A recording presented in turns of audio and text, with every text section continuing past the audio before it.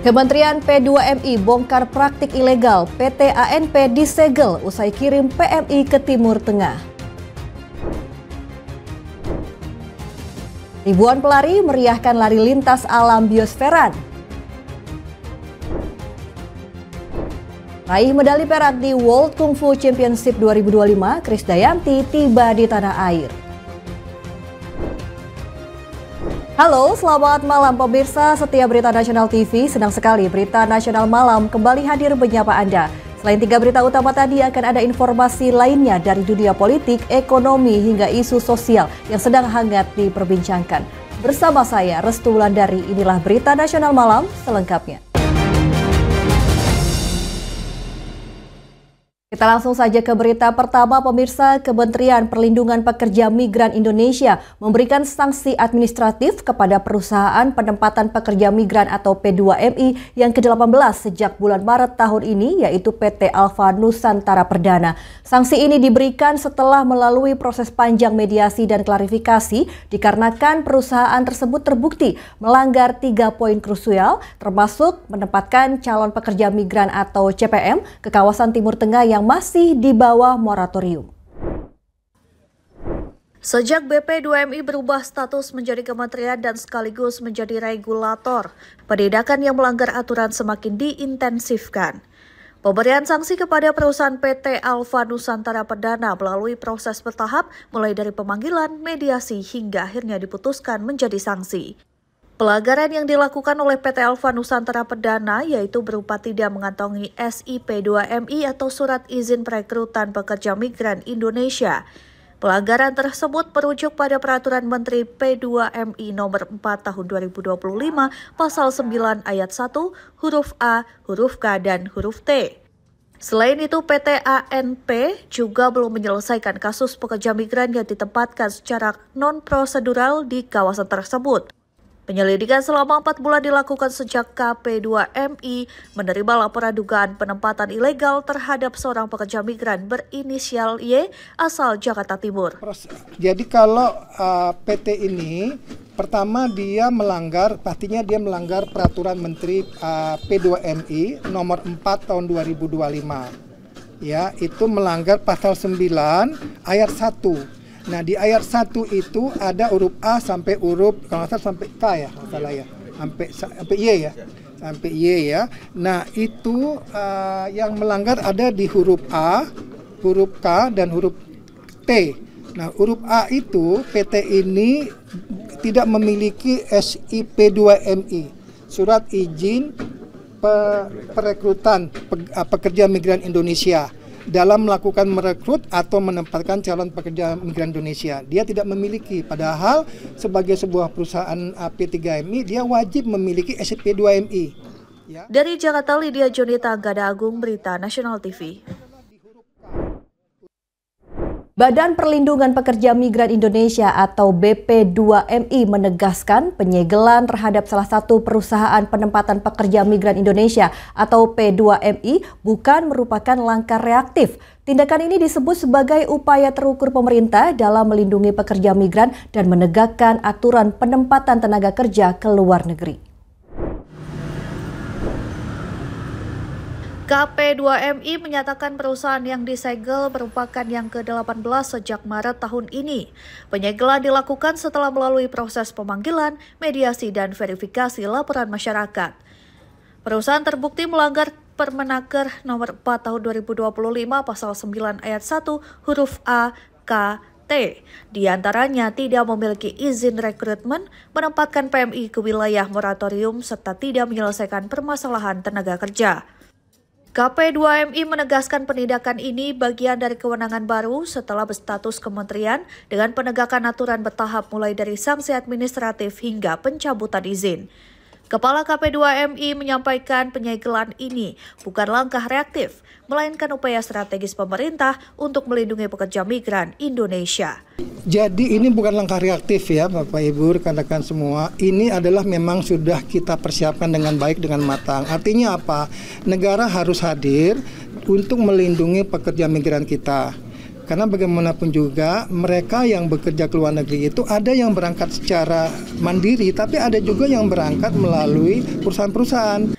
Dari Jakarta, Lydia Junita, Anggada Agung, Berita Nasional TV.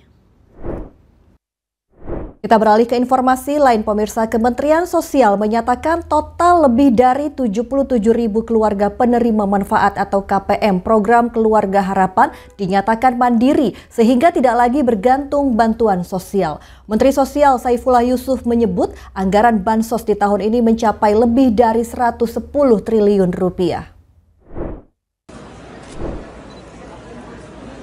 Kementerian Sosial menyatakan total lebih dari 77.000 keluarga penerima manfaat atau KPM program Keluarga Harapan dinyatakan mandiri sehingga tidak lagi bergantung bantuan sosial selama 1 tahun kepemimpinan Presiden Prabowo Gibran Rakabuming. Menteri Sosial Saifullah Yusuf di Jakarta 20 Oktober menyebut anggaran bansos di tahun ini mencapai lebih dari 110 triliun rupiah. Dia juga menyebut pemerintah telah melakukan penebalan pemberian bansos dari Presiden Prabowo lebih dari 20 juta KPM bansos reguler dan akan mendapatkan bantuan pada triwulan keempat sebesar Rp1.500.000. Bahwa kita memang menyalurkan reguler ya. Kita sudah menyalurkan secara reguler bantuan sosial setiap 3 Pada tahun depan, Kementerian Sosial menargetkan lebih dari 300.000 KPM dalam PKH yang berhasil keluar dari ketergantungan terhadap bantuan sosial pemerintah. Dia menyatakan optimistis target tersebut tercapai sebagaimana arahan Presiden Prabowo agar tidak terjadi kesenjangan di masyarakat. Dari Jakarta, Tim Liputan Berita Nasional TV. Ketua Badan Kerjasama Antarparlemen BKSAP DPR RI Mardani Alisera mengecam keras tindakan Israel yang kembali melancarkan serangan udara ke wilayah Gaza pada Minggu 19 Oktober 2025 hanya 9 hari setelah diberlakukannya gencatan senjata pasca KTT Perdamaian Gaza. Menurut Mardani, serangan ini mencederai kesepakatan perdamaian dan memperburuk krisis kemanusiaan yang tengah terjadi. Gencatan senjata antara Israel Palestina yang diperantarai Amerika Serikat belum berhasil. Situasi di Palestina kembali memanas. Israel lagi-lagi melanggar kesepakatan senjata.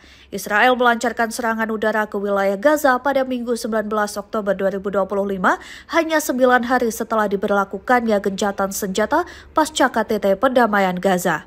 Ketua Badan Kerjasama Antarparlemen BKSAP DPR RI mengecam keras pelanggaran gencatan senjata yang dilakukan oleh Israel tersebut.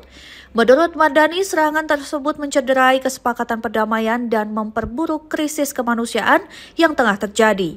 Ia menegaskan bahwa masyarakat internasional tidak boleh berdiam diri dan harus terus mengawal agar gencatan senjata tidak runtuh. Mardani menegaskan tindakan ini menunjukkan bahwa Israel adalah pihak pertama yang melanggar kesepakatan dan dunia harus memastikan tragedi kemanusiaan seperti di Gaza tidak terulang di tempat lain. Dan betul-betul mengatakan tidak masuk akal Israel melakukan serangan di masa gencatan senjata, tapi gencatan senjata tidak boleh runtuh, kita tetap harus jaga dan harus dicatat bahwa Israel lah pihak pertama yang mencederai gencatan senjata. Sebetulnya saya sudah memprediksi karena dari awal memang Israel tidak punya intensi yang tulus untuk bab ini. Karena itulah masyarakat internasional jangan lalai, jangan santai, terus kawal agar tidak ada bencana kemanusiaan terbesar setelah Perang Dunia Kedua terjadi kembali. Ini tanggung jawab kita bersama. Selain itu, Mardani dalam keterangannya Selasa 20 Oktober 2025 menegaskan bahwa dukungan terhadap rakyat Palestina adalah amanat moral dan konstitusional bangsa Indonesia. Ia menyebut BKSAP akan terus menjadi garda depan diplomasi parlemen untuk memastikan suara kemanusiaan tidak pernah padam. Dari Jakarta, Restu Wulandari, Berita Nasional TV. Menteri Koordinator Bidang Infrastruktur dan Pembangunan Wilayah Agus Harimurti Yudhoyono sebut pemerintah masih menggodok skema pelunasan utang kereta cepat Indonesia-Cina. Beberapa opsi muncul diantaranya melalui skema soft loans atau pelimpahan pembiayaan oleh PT Danantara. Agus Harimurti Yudhoyono menegaskan pembahasan skema pelunasan utang kereta cepat masih berlangsung antara pemerintah, PT Kereta Cepat Indonesia Cina, dan badan usaha terkait. Menurutnya, pemerintah tidak ingin polemik terkait pembiayaan proyek strategis tersebut berkepanjangan, namun tetap mendorong penyelesaian yang transparan dan menguntungkan semua pihak. AHY menyebut pemerintah saat ini terus mengembangkan berbagai skema kreatif financing tanpa hanya mengandalkan anggaran APBN. Di antaranya melibatkan sektor swasta, lembaga multilateral seperti World Bank dan IFC untuk menjaga keberlanjutan proyek infrastruktur nasional. Tapi kita juga selalu dihadapkan pada keterbatasan anggaran. Nah, kita lihat, tanpa harus mengesampingkan, menempatkan kebutuhan pemerataan, keseimbangan, dan juga keadilan pada akhirnya. Menko AHY juga menegaskan pembangunan kereta cepat tak boleh terhenti, termasuk rencana perpanjangan rute dari Jakarta ke Surabaya. Proyek tersebut dinilai akan memberi dampak besar terhadap konektivitas antar kota dan mendorong pertumbuhan ekonomi di sepanjang kawasan yang dilalui. Hingga saat ini total investasi proyek kereta cepat Jakarta-Bandung diperkirakan mencapai sekitar 7,3 miliar dolar Amerika Serikat dengan nilai utang yang masih harus dilunasi sekitar 8,5 triliun rupiah. Pemerintah menjamin setiap langkah penyelesaian akan dilakukan dengan prinsip kehati-hatian agar proyek strategis nasional tersebut tetap berjalan tanpa membebani keuangan negara. Dari Jakarta, Shana Sairus, Sanggada Agung, Berita Nasional TV. Informasi berita lainnya akan kami sajikan usai jeda berikut ini. Tetaplah bersama kami di Berita Nasional Malam.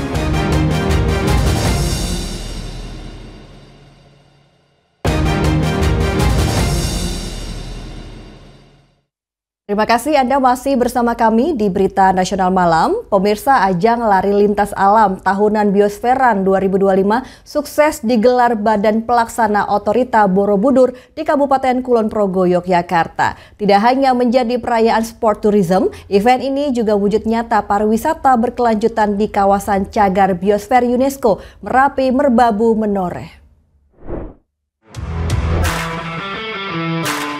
Mengusung tema Celebrate the Journey, event lari lintas alam Biosferan kembali digelar Badan Pelaksana Otorita Borobudur. Sebanyak 1.017 peserta ikut berpartisipasi dalam event tahunan ini. Pada Biosferan 2025 terdapat 3 kategori lari, yakni 7 km, 15 km, dan 30 km. Dengan kategori 30 km memperoleh 2 poin ITRA atau International Trail Running Association yang diakui secara internasional. Melintasi jalur yang menantang dan indah di tengah alam asri perbukitan Menoreh, para pelari disuguhkan panorama hutan, kebun dan suasana desa yang masih asri selama perjalanan. Batu, intinya mantap dah. Mantap.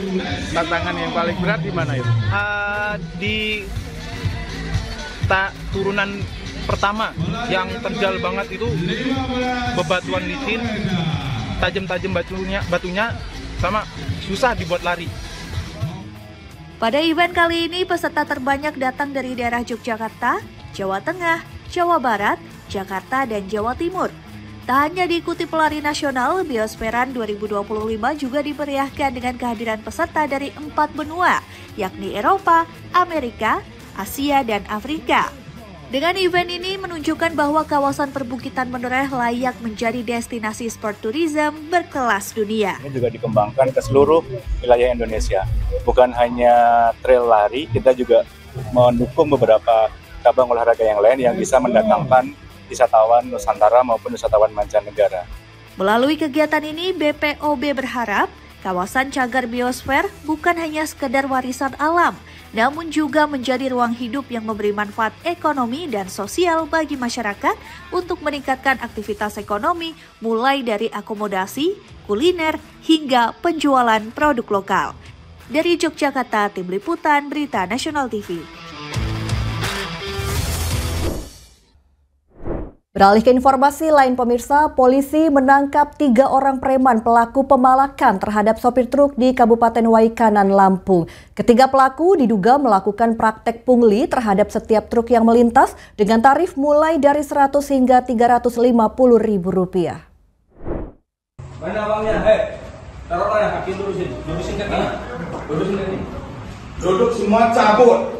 Ditreskrimum Polda Lampung menangkap 3 pria diduga sebagai pelaku pemalakan terhadap sejumlah sopir truk di jalur pengangkutan batubara Kabupaten Waikanan, Lampung. Ketiga pelaku yakni Tony Khairul Islamuddin berusia 21 tahun, Bayu Dwi Pawaka Ali usia 27 tahun, dan M. Abdul Muin usia 42 tahun.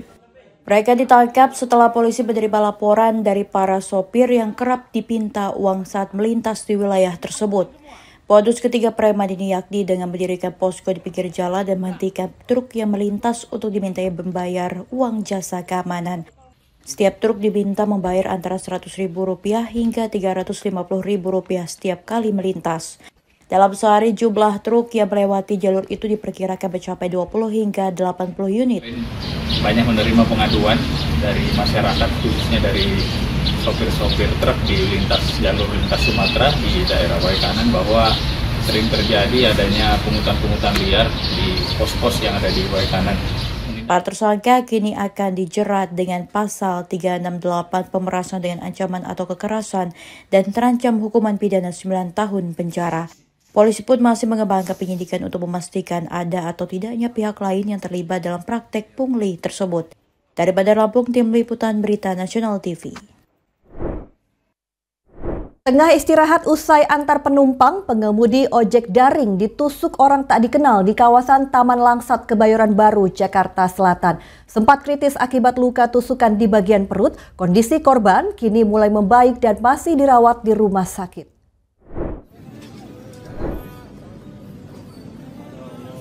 Si pengemudi ojek daring ini diselamatkan para pengguna jalan setelah pingsan di Jalan Radio 3 Kebayoran Baru akibat kehabisan darah saat mengejar pelaku yang melakukan penusukan terhadap dirinya di kawasan Taman Langsat, Kebayoran Baru.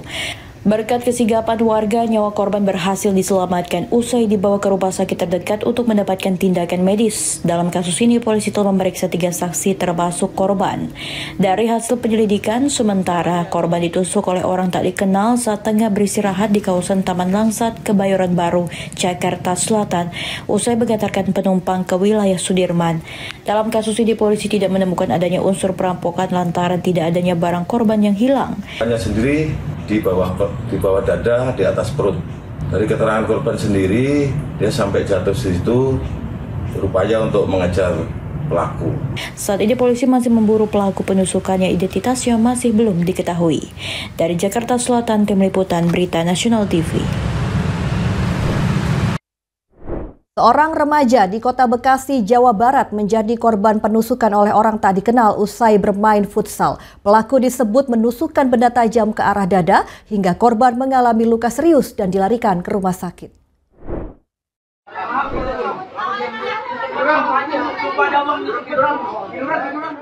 Dari rekaman video amatir yang direkam warga, terlihat seorang remaja berusia 14 tahun menjadi korban penusukan oleh orang tak dikenal di Kampung Nangka Perwira, Bekasi Utara, Kota Bekasi, Jawa Barat.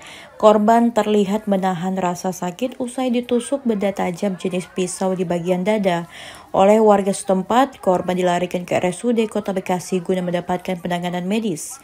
Kapolsek Bekasi Utara, Kompol Imam, membenarkan peristiwa tersebut. Korban merupakan remaja berusia 14 tahun. Pelaku tiba-tiba mendekati korban dan menusukkan benda tajam ke bagian dada usai bermain futsal. Selanjutnya pelaku langsung kabur melarikan diri. Pasca kejadian, polisi telah melakukan olah TKP dan memintai keterangan sejumlah saksi untuk mengungkap motif penusukan. Selesai melaksanakan futsal, terus tiba-tiba ada pelaku yang tidak jauh dari situ, kemudian teriak-teriak, gua tusuk lo, kayak seperti itu. Dan kemudian karena memang kejadiannya cepat, yang bersangkutan tidak bisa menghindar, kemudian terjadilah itu.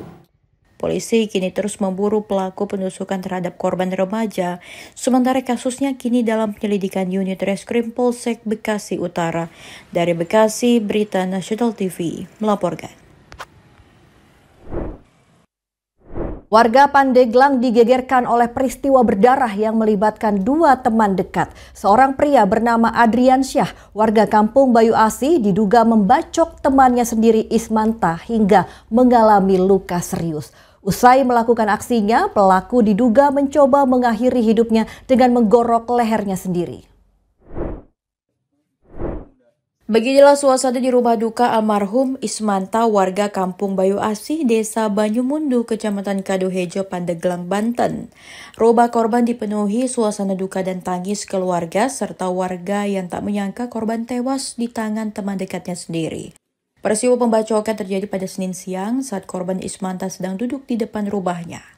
Tiba-tiba pelaku Andriansyah datang dan langsung menebaskan 2 bilah golok ke arah korban. Korban yang terluka parah sempat berlari ke rumah warga untuk menyelamatkan diri. Namun pelaku terus mengejar sambil membawa senjata tajam. Menurut keterangan saksi mata, pelaku diduga langsung mencoba mengakhiri hidupnya dengan menggorok lehernya sendiri setelah melakukan aksi pembacokan. Jadi awalnya saya ngeliat gitu ya. Jadi itu yang pakai golok itu pakai 2, jadi lari-larian gitu. Jadi ketemu di situ, kena dia gitu di situ, lari lagi ke sini. Gitu. Pihak kepolisian dari Satreskrim Polres Pandeglang yang datang ke lokasi langsung melakukan olah tempat kejadian perkara serta mengamankan 2 bilah golok yang digunakan pelaku. Para korban dan pelaku saat ini masih menjalani perawatan intensif di RSUD Berkah Pandeglang. Kejadian awal mula itu pada saat saudara I sedang berada di depan rumahnya, kemudian tiba-tiba datang saudara A dengan membawa 2 buah senjata tajam berupa golok. Saat itu langsung melakukan pembacokan terhadap korban saudara I. Hingga kini pihak kepolisian masih mendalami motif dari aksi sadis tersebut dan melakukan penyelidikan untuk memastikan penyebab dan motif pembacokan. Dari Pandeglang, Banten, Berita Nasional TV melaporkan. Informasi berita lainnya akan kami sajikan usai jeda berikut ini. Tetaplah bersama kami di Berita Nasional Malam.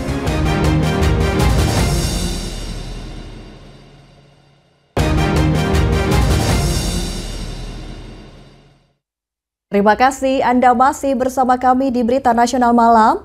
Pemirsa, setelah mengharumkan bangsa Indonesia pada ajang World Kung Fu Championship 2025, penyanyi sekaligus mantan anggota DPR RI Krisdayanti tiba di tanah air. Krisdayanti berhasil meraih medali perak yang turun dalam nomor senjata tunggal putri di kejuaraan dunia Kung Fu ke-10 yang diikuti dari 14 hingga 20 Oktober 2025 di Emesian, Tiongkok, Cina.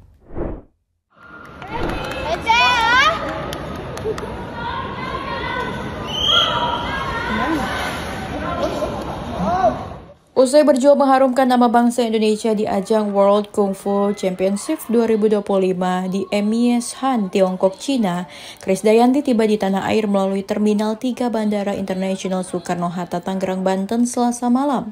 Krisdayanti disambut hangat dan diberi buket bunga oleh kedua anaknya, yakni Arianha Amora Lemos dan Kellen Lemos yang ikut menjemput kepulangan ibundanya.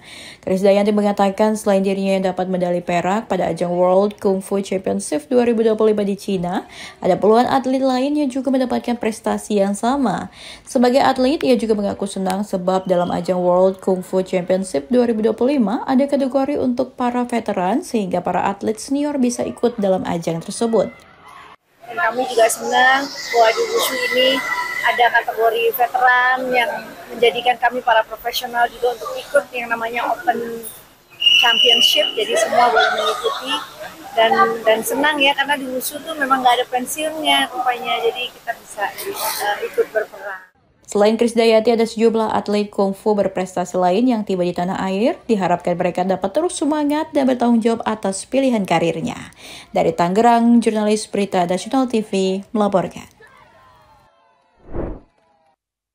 Polsek Jagakarsa amankan pelaku pencurian disertai kekerasan di Jagakarsa, Jakarta Selatan. Aksi pelaku berinisial PPJ lantaran butuh uang dan nekat mencuri dengan menodongkan pisau ke tetangga sendiri.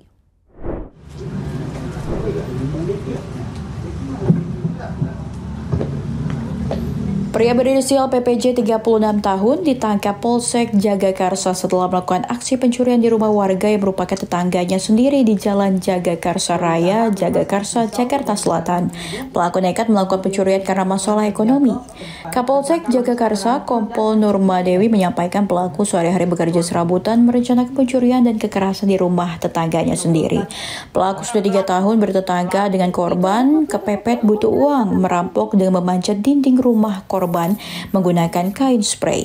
Namun rencana jahatnya tak berjalan mulus saat pelaku turun, tali spray putus terjatuh dengan keras ke dalam rumah korban.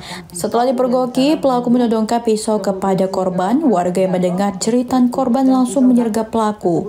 PPJ telah terjadi percobaan pencurian dengan kekerasan. Tersangka tinggal bersebelahan, jadi tetangga dengan korban di rumah kontrakan. Dari tangan pelaku diamankan barang bukti berupa 4 buah kain spray yang digunakan pelaku untuk memanjat dan turun dari atap dan 1 buah pisau dapur yang digunakan untuk mengancam korban. Pelaku dijerat dengan pasal 365 percobaan pencurian dengan kekerasan dengan terancam hukuman penjara maksimal 9 tahun. Dari Jakarta Selatan, Berita Nasional TV melaporkan. Demikian Berita Nasional Malam telah menemani Anda. Saya Restu Wulandari beserta kru yang bertugas pamit undur diri. Selamat malam dan selamat beristirahat. Sampai jumpa.